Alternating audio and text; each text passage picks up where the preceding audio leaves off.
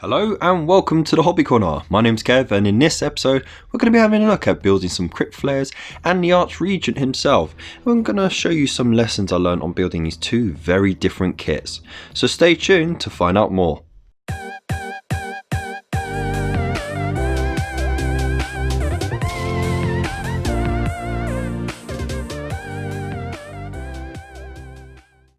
Now before we jump in, please make sure, if you haven't already, hit that subscribe button, smash the bell notification icon, and hit that like button as well if you enjoyed the video.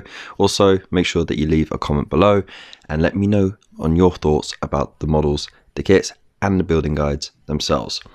Now let's get started with the Crypt Flayer.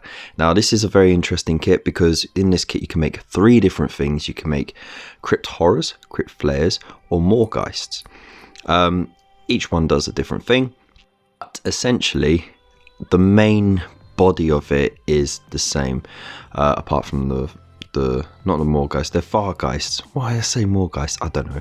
Anyway, but they only give you the instructions to build the Flayers, just for the build and the scenarios that they provide.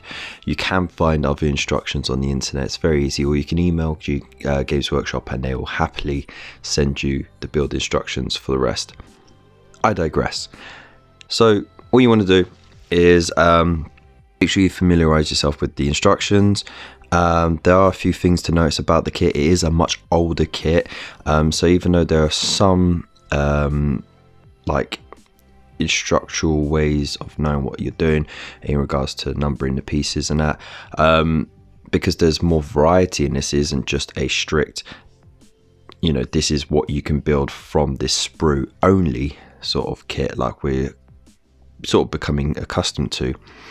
You need to know which bits you are going to use for a certain build, so get familiar with that. Clip the bits out, make sure you got them in order, make sure that you know where you're going to put what, and dry fit a lot. There are going to be some gaps. The trickier part is definitely the wings, where they meet on the shoulder joint. There's no perfect fit for it. There's a bit of a wiggle room for it, so just find what you feel is the best, and then make sure that you scrape some of that plastic with your hobby knife or mod line remover so that you get some fresh plastic bed so that the glue can more effectively bond between the two surfaces. You also notice that I made sure that I glued the leg down first. Model, it was a leg that was had the foot rested on a bit of rock, I guess, and yeah, I made sure I did that while the main body was drying so that once I put the wings on, the model wouldn't be too heavy to then try and glue onto the base without toppling over. So do take your time. The main mod, the leader of the pack, is quite a fun one to do because you get to put all kinds of customizable options on it, lots of spikes. There's a big old corpse that you can just have impaled on his back and stuff like that, so that's kind of cool. And then the other two are a lot simpler in the way that you don't have as many options, but you know, they still look cool and each one looks different, so that's something to really admire about the kit. Moving swiftly on to the Archregent. Now this is a completely different kit. In this kit there are no options. Everything on this sprue is exactly what is needed to build it. So again, familiarize yourself with the instructions, make sure that you know what goes where. So again, dry fit a lot, make sure that you are careful when you're cleaning up the pieces, because if you end up scraping off a little too much, it can make seam lines become gaps. So especially around the face area, you'll notice you'll get like a line down the front of the face and around the back of the neck, and if you scrape a little too much off or you don't get the pieces to fit just right, that gap will just enlarge it. So take your time with it. Any gaps that you do get, as long as there's not any delicate detail around it, you can always just let the glue just overspill just a tiny bit so it softens that plastic, and you can scrape it over to fill in the gap. So get your pieces out in order, make sure they're all nice and tidy, any additional sprue bits clipped off, mold lines removed. Very little on this model, by the way, which is quite nice.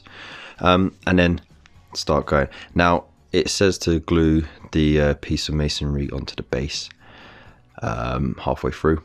I did nearer to the beginning just so that the glue had time to set, and I glued it with super glue so that if I wanted to, I could later on remove it from the base just by snapping it off, but it dries a lot faster than the plastic glue.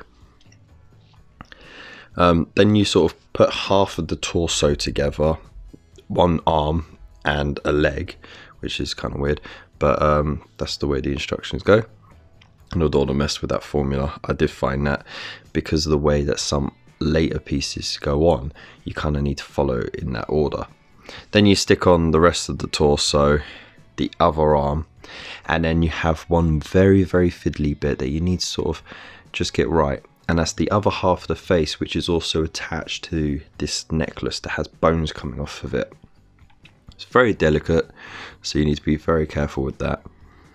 And there's also another very delicate piece as well, and it will be the tiny wing that goes on the left arm, which also is attached to its pinky, really. So yeah, gotta be careful with that. Lots of fiddly bits, and try not to put too much glue. Less is more in this case. There isn't so many nips and dips to really guide you on it, but the curvature of the pieces fits snugly with the other pieces, so you just got to find where it fits, and then it fits nicely. Make sure you give it plenty of time to dry as well, so that you don't get pieces sliding out of place and then getting a wonky model. And then you can just sort of test fit it on the masonry bit. You don't have to glue it on at all. It kind of just slides on. You get the claw on the top of the masonry bit, and then you can then pop the two little bumps underneath the feet onto the wall, and it fits fine. And then that way you can take it off later if you want to make it easier to paint, or you can make it easier to store, whatever. But I decided to just glue it on anyway, because whatever. Here you can see there's one fiddly bit that I had trouble with, and that was the spike on the shoulder. I used tweezers, which are a great tool to have in any hobbyist's tool bag, so make sure that you have one of those around. And it meant that I could accurately get it into position, and there you go. Kind of looks something like that. So I was actually really impressed with this. There was a little bit of a gap on the face, as I said before, but on the whole the model came together really well. So let me know what you think in the comments below. Make sure that you hit that like button, smash the subscribe button and the bell notification icon next to it. There are plenty of fantastic links down below for social media, ways of supporting the channel, and I'll leave it there. So until next time, peace.